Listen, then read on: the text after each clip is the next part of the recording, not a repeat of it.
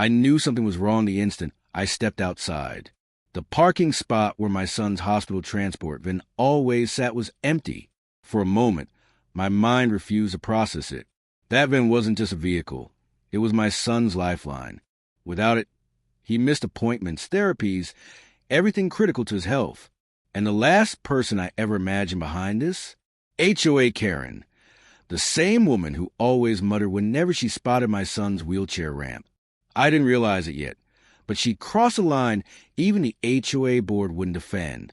The morning had started like any other. Well, like any normal morning for us. His medications, breathing checks, routine chaos. My son was inside watching cartoons while I went out to load his medical bag. And then the spot was gone. No warning. No HOA note. No reason. My chest tightened. Not again. Please, not again. I called the tow company first, hoping for a mistake, hoping the HOA had confused the vehicle numbers. The man on the other end hesitated. It says here the HOA president personally ordered this removal. Something about eyesore medical equipment. I froze. Eyesore? My son's wheelchair lift, his access to the world, was an eyesore? That's when I heard her behind me. You're welcome, she said. That sugary, smug tone she always used when about to cause trouble. Arms folded, sunglasses sliding down her nose, fake smile glued to her face. I turned slowly. You had my son's hospital van towed without notifying us. She shrugged. Your situation, she said like it was disease, doesn't exempt you from HOA aesthetic standards. That van lowers property values. Maybe now you'll think twice before parking that medical monstrosity where everyone can see it. For a moment, everything went silent. No birds, no traffic, just my heartbeat thundering. Her words were cruel, deliberate. I wasn't shocked. I was numb. That's my son's mobility van. I managed. He has therapy today. Emergency appointments. You had no right. Karen smirked like she'd scored some victory. Then you should schedule your life like everyone else, she said. Rules are rules. I'm tired of special treatment complaints from people who think they're above them. My hand shook. She wasn't enforcing rules. She was targeting my family. I pulled out my phone and started recording. Her smile twitched. Explain to me, I said, steadying my voice, why you ordered a tow on a medically registered, accessible van without notice or hearing. Oh, please, she snapped. Disabled or not, the HOA doesn't bend for anyone. I don't care what that kid needs. My blood ran cold. I stepped closer. Don't you dare talk about my son like that. She rolled her eyes. If you don't like it, complain to the board. I am the board. Then came the real shock, not her words, but what I saw next. My neighbor across the street was filming her too, quietly from his porch. He gave me a small nod. He'd heard everything. Karen noticed. You put that phone down. This is private HOA business. He didn't. She stormed toward him, ranting about privacy violations, voice rising, sharp, unhinged. That's when my son appeared in the doorway, coughing lightly, confused. He gripped the frame with his little hands. He couldn't see the van. He couldn't understand why it was gone. Dad, where's the car? Karen muttered, just loud enough for him to hear. It's gone because Daddy broke the rules. That was it. I dialed the police. Not the HOA, not the board, not the tow yard. The police. I reported an unlawful removal of a medically essential vehicle and interference with required accommodations. The dispatcher didn't hesitate. Officers are on their way. Karen blinked, incredulous. You called the police for a tow? That's an abuse of emergency services. No, I said calmly. Removing life-critical medical equipment is... Her confidence wavered for the first time. While we waited, she paced, muttering excuses under her breath. He can't prove it. HOA rights. Property values. I did nothing wrong. The moment the police car turned onto the street, she stiffened like someone had grabbed her spine. 2 officers stepped out, approaching me first. Karen rushed forward, flailing. Officers! I need to report him. He's filming me, threatening me, spreading lies about a medical van. One officer raised a hand. Ma'am, we received a call about a potentially unlawful removal of a disability-accommodated vehicle. We'll address that first. Karen's face dropped. What? No, that shouldn't be your priority. But it was. The moment the officers asked for the tow authorization paperwork, her hands began to tremble. Not because she forgot it, but because she fully understood what she'd done, and she knew it was about to implode spectacularly. As soon as the officers requested documentation, Karen's facade cracked. She started rifling through her bulky red HOA binder, the one she carried everywhere like a sacred text. Only this time, she wasn't calm. She was panicking, flipping frantically through pages, muttering under her breath, taking rapid, shallow breaths. I know it's here. I submitted the order. I logged it. The board approved it. One officer interrupted. Ma'am, are you the sole signature on this tow order? Karen froze. Her fingers pressed against the page as if trying to hide it. The officers exchanged knowing looks. Meanwhile, my neighbor across the street kept filming, catching every quiver in her voice. I stepped closer, quietly emphasizing the facts. She had ordered the tow alone, without notice, without board approval, and without considering my son's medical accommodations. You don't have medical accommodation. You never submitted the proper forms, she scoffed. I pulled a copy from my pocket. The one I filed months ago, stamped by the previous HOA president. I always carried it. Karen had a habit of losing documents. The officer examined the stamp and nodded. This is valid, and it includes protections for medical mobility vehicles. Karen's jaw tightened. Her cheeks burned red, like sunburn. But that was before I took office. I can revise rules. I'm allowed. The van still violates visual uniformity and community standards. An officer raised an eyebrow. Ma'am, you do not have unilateral authority to override federal disability protections. The word federal hit her like a slap. Her expression stiffened, eyes darting, panicked, calculating. I recognized that look immediately, the moment she realized she wasn't facing an HOA complaint. She was facing law enforcement. The officer pressed on. Did you send the resident written notice?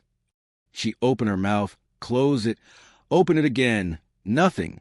Exactly as I expected. Suddenly, Karen snapped back into her usual fake confidence. Chin lifted high. Well, I don't need notice because the vehicle was already breaking guidelines. And honestly, I shouldn't have to look at that van every day. It's disruptive. Draws attention. The officer cut her off sharply. Ma'am, stop right now. Karen blinked, stunned that someone actually spoke to her like that. But the officer wasn't finished. You are aware that targeting or restricting a person based on disability is considered discrimination under multiple statutes, correct? Oh, please, she scoffed. I wasn't discriminating. I was maintaining property values.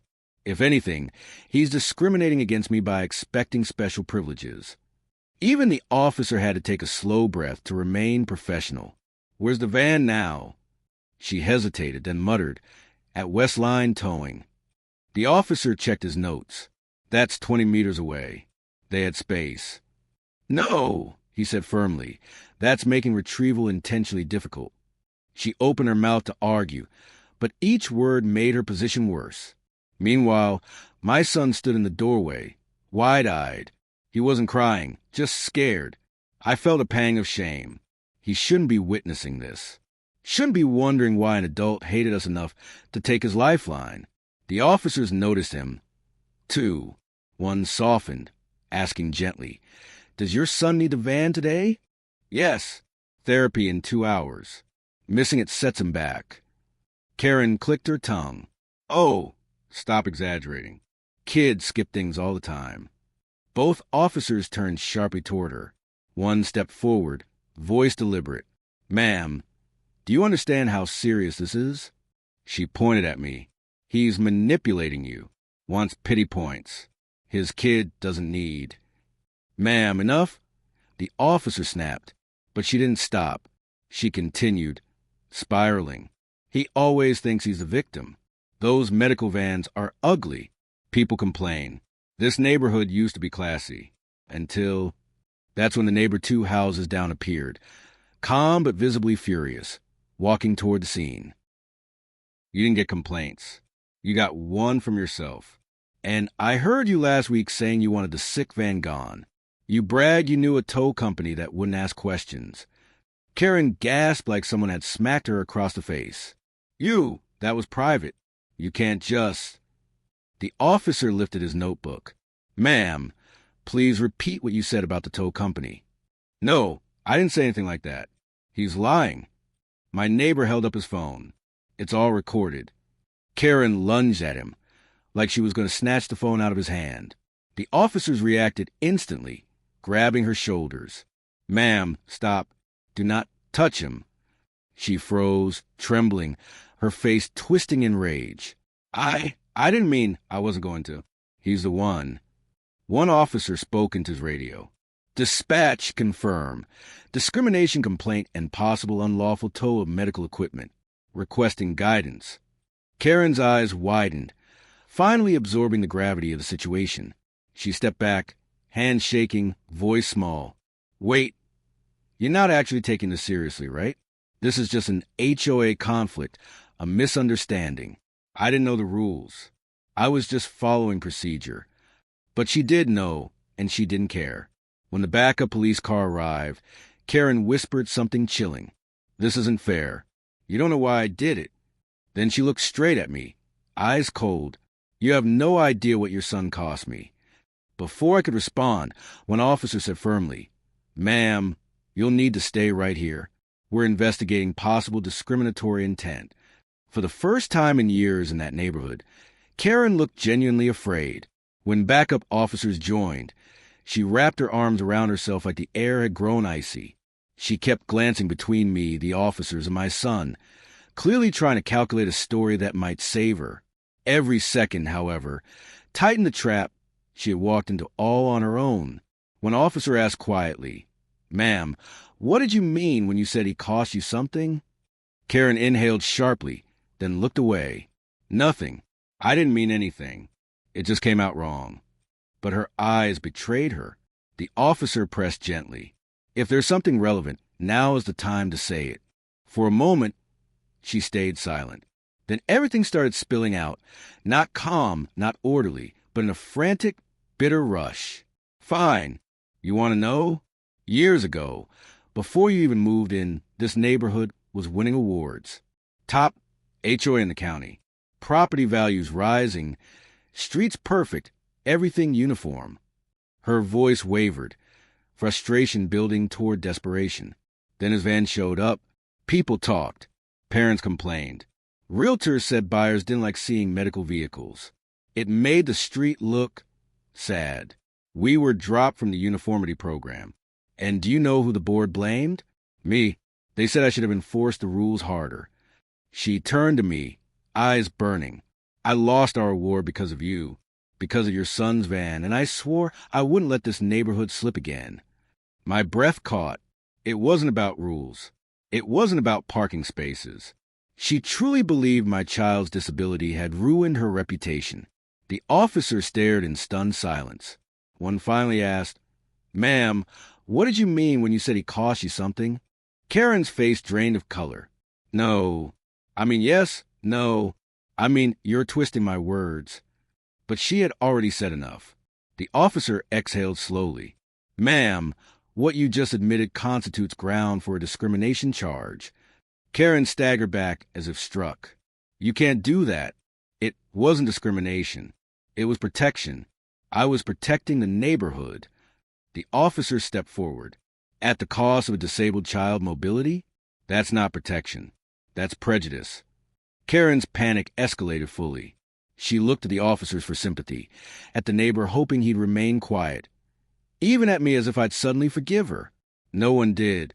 Can't we handle this internally? A warning? A fine? Come on.